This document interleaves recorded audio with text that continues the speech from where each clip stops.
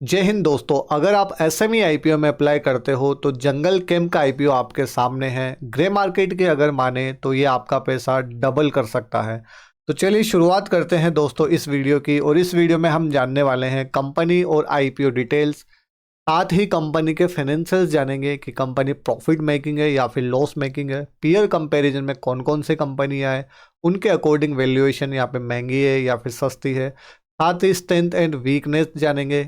Grey market में इसकी क्या डिमांड चल रही है वो भी हम जानेंगे। और सबसे इम्पोर्टेंट, एसएमई आईपीओ में क्या रिस्क होता है। तो वीडियो को प्लीज़ बिल्कुल ध्यान से देखना और सभी बातों को समझने की कोशिश करना, उसी के बाद अपना फाइनल डिसीजन लेना। तो दोस्तों सबसे पहले हम यहाँ पे बात करेंगे कि ग्रे मार्केट में इसकी क्या डिमांड चल रही है। तो देखिए दोस्तों, अभी यानी कल तो वैसे आईपीओ ओपन होगा 10 दिसंबर को।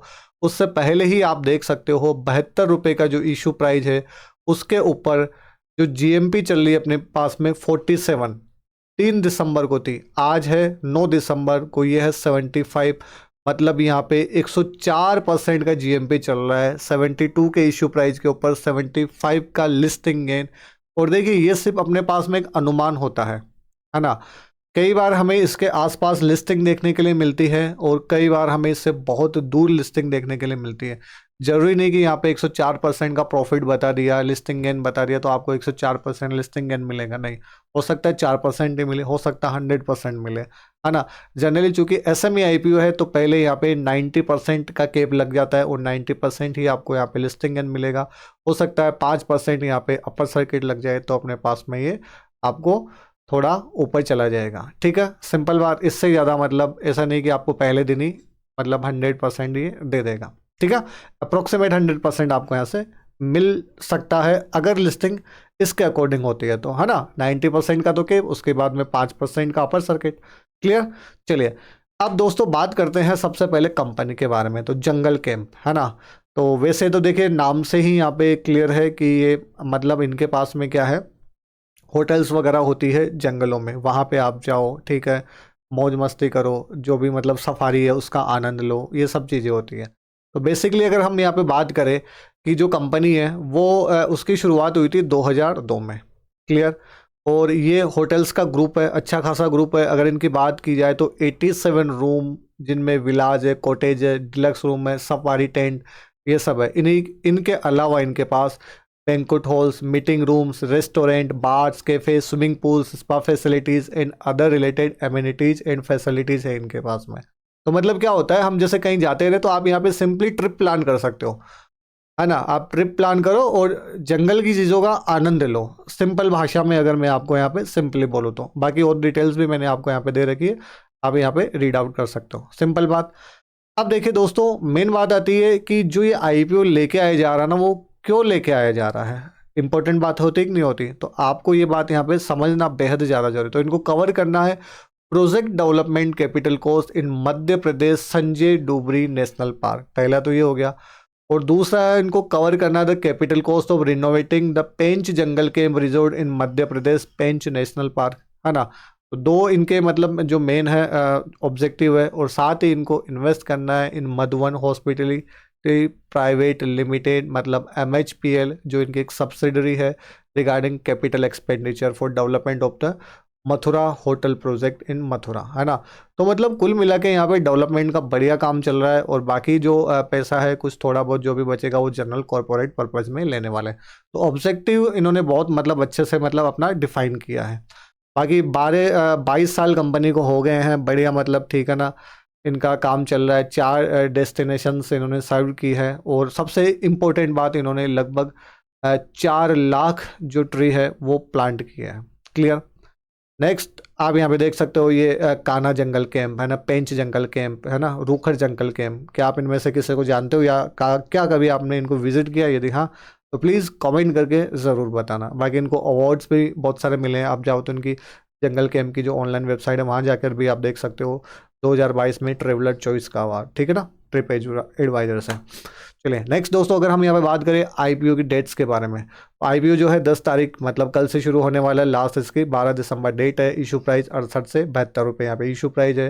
रिटेल के लिए 35% कोटा रहेगा। सबसे बढ़िया बात यह है कि फ्रेश इशू है, 29.42 करोड़ का है और पूरा का पूरा फ्रेश इशू है। 10 रुपये पर शेयर यहाँ पे इक्विटी शेयर रखा गया है और साथ ही प्रोमोटर होल्डिंग फिलहाल 94.57% है, जो कि लिस्टिंग होने के बाद में कम हो जाएगी। ठीक है, नेक्स्ट दोस्तों बात करें कि कितना इन्वेस्टमेंट।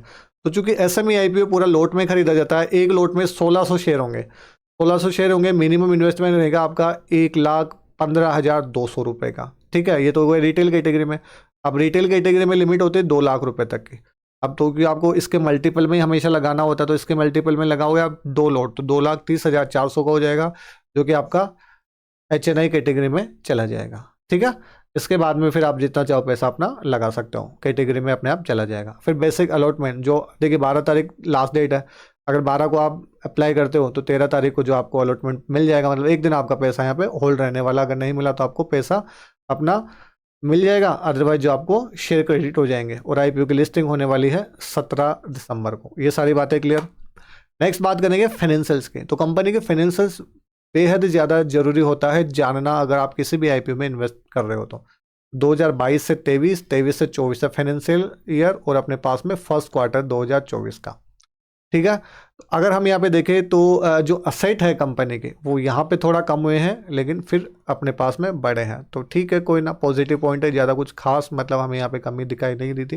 रेवेन्यू अगर देखें तो रेवेन्यू में जो है दोस्तों लगातार यहाँ पे बढ़ोतरी हो रही है, तो ये अपने पास में एक अच्छी बात है। साथ ही प्रॉफिट आफ्टर टैक्स अगर हम देखें तो प्रॉफिट आफ्टर टैक्स जो है हमारे पास में यहाँ पे देखें 2022 से 23 में थोड़ा कम हुआ था, लेकिन फिलहाल बढ़ रहा है और इस क्वार्टर में बढ़ा हुआ दिखाई दे रहा है। नेटवर्थ अगर कंपनी की देखें, नेटवर्थ में लगातार बढ़ोतरी हो रही है। ठीक है, प्लस पॉइंट है reserve and surplus. As on date company के पास में लगभग 799 लाख में अमाउंट, तो मतलब लास्ट के 2 डिजिट छोड़ दो और ये करोड़ में हो जाएगा, मतलब 7 करोड़ का रिजर्व एंड सरप्लस है। बोरोइंग की बात की जाए तो 4 करोड़ की, लेकिन 7 करोड़ का रिजर्व है, 4 करोड़ की बोरोइंग है, तो कंपनी को हम ऑलमोस्ट यहाँ पे डेट फ्री यहाँ पे मान सकते हैं कि कंपनी के ऊपर कोई भी डेट नहीं है। सिंपल बात। रेवेन्यू इंक्रीज हुआ 61% 23 से 24 में, ये 23-24। ठीक है, और प्रॉफिट कितना बढ़ा कंपनी का, लगभग 700% 23 से 24 में प्रॉफिट आफ्टर टैक्स, तो बहुत बढ़िया है। तो फाइनेंशियल्स के हिसाब से कंपनी हमें मतलब बहुत अच्छी मजबूत दिखाई दे रही है। साथ ही अगर हमें यहाँ पे देखें कैश जनरेटेड फ्रॉम ऑपरेशंस, ठीक है ना, ऑपरेशन से अगर हम यहाँ पे जो भी इनकी ऑपरेटिंग एक्टिविटीज़ है उनसे अगर हम यहाँ पे देखेंगे तो हमें मतलब बहुत बढ़िया मतलब दिखाई दे रहा है, सब पॉजिटिव है। यहाँ पे देखिए सबसे अच्छी बात, जो डेटा है अपने पास में पूरा पॉजिटिव निकल के आ रहा है, कुछ भी नेगेटिव यहाँ पे नहीं है। 2022, 23, 24 और 24 का फर्स्ट क्वार्टर। आई होप ये बात भी आपको क्लियर। तो फाइनेंशियल के हिसाब से कंपनी हमें बहुत बढ़िया मजबूत दिखाई दे रही है। साथ ही अगर हम यहाँ पे बात करें कंपनी के पीयर कंपैरिजन में कौन कौन से कंपनियां हैं, तो देखिए जंगल कैंप के पीयर कंपैरिजन में बेस्ट ईस्टर्न होटल लिमिटेड है ना, the bike hospitality, Aspire hospitality, और ये राज रिजोर्ट एंड अपार hotels limited. Earning per share की बात करें तो सबसे बढ़िया अर्निंग पर शेयर अपने पास में जंगल कैंप का है। ठीक है, पी रेशियो की अगर बात करें तो पी रेशियो सबसे कम अपने पास में किसका निकल के आ रहा है, जंगल कैंप का ही निकल के आ रहा है, जो कि अच्छी बात है। पी रेशियो उतना कम उतना बढ़िया अपने पास में, है ना। अर्निंग पर शेयर अपने पास में सही है, बहुत अच्छी बात है। इनके कंपैरिजन में तो पी कम है ना अपने पास में, तो ये बढ़िया है। अर्निंग पर शेयर भी बढ़िया है ना। तो पीयर के कंपैरिजन में भी कंपनी हमें अच्छी खासी मजबूत यहाँ पे दिखाई दे रही है ना। और रिटर्न ऑन नेटवर्थ भी देखो तो कंपनी का 20 आ रहा है यहाँ पे।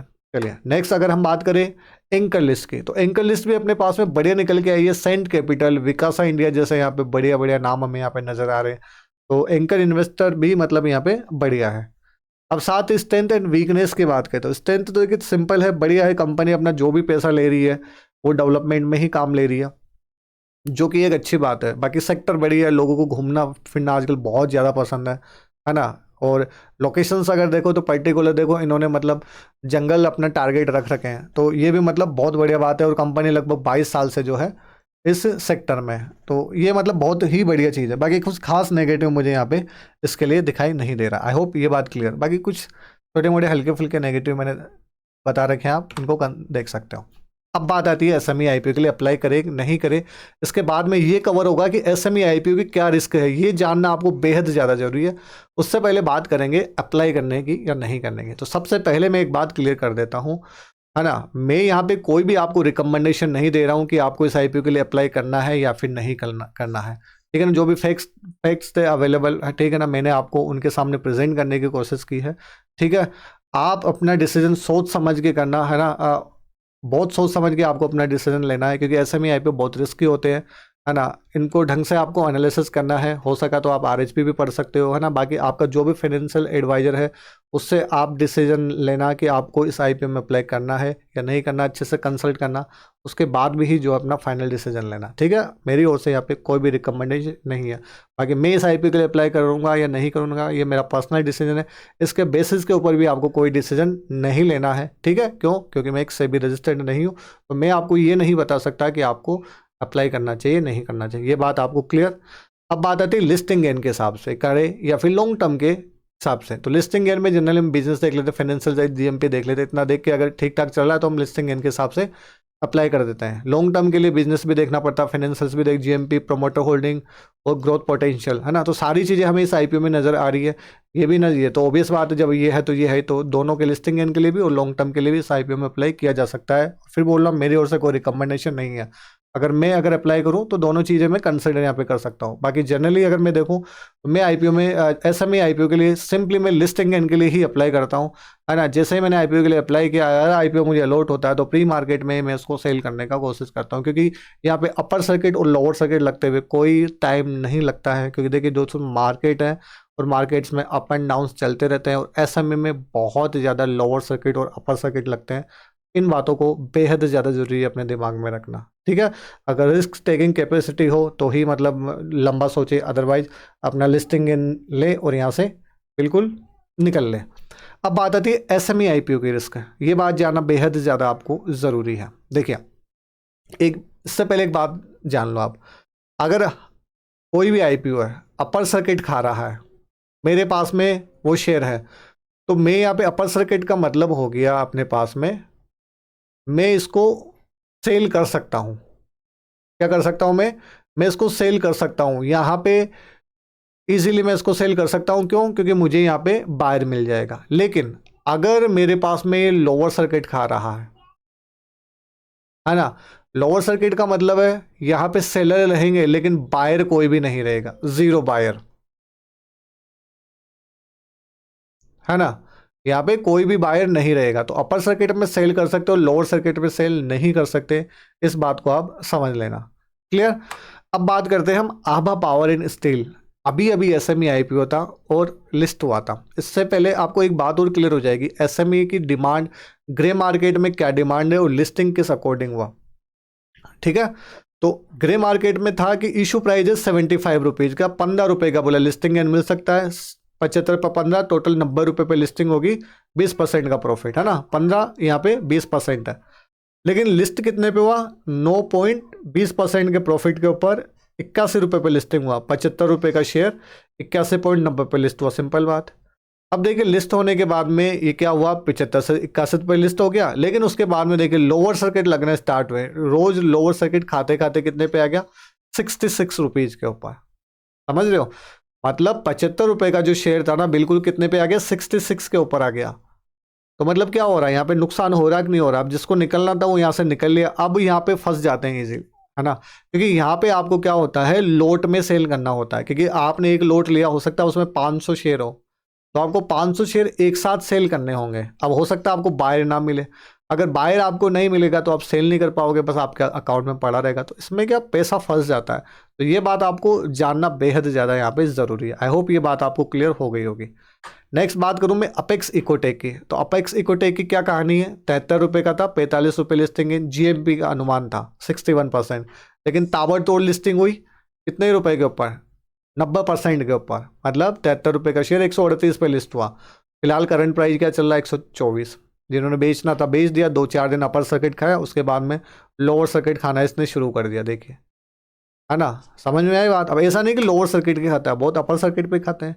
अगर हम बात करें राजेश पावर की, तो राजेश पावर का जीएमपी था 46%, लेकिन हुआ 90% पे। 90% पे तो देखो केब आ जाती है, 90% ज़्यादा हो भी नहीं सकता। फिर 2-4 दिन हो सकता है अपर सर्किट खाए, हो सकता है धड़ाम से नीचे गिरे, लोअर सर्किट खाने लग जाए।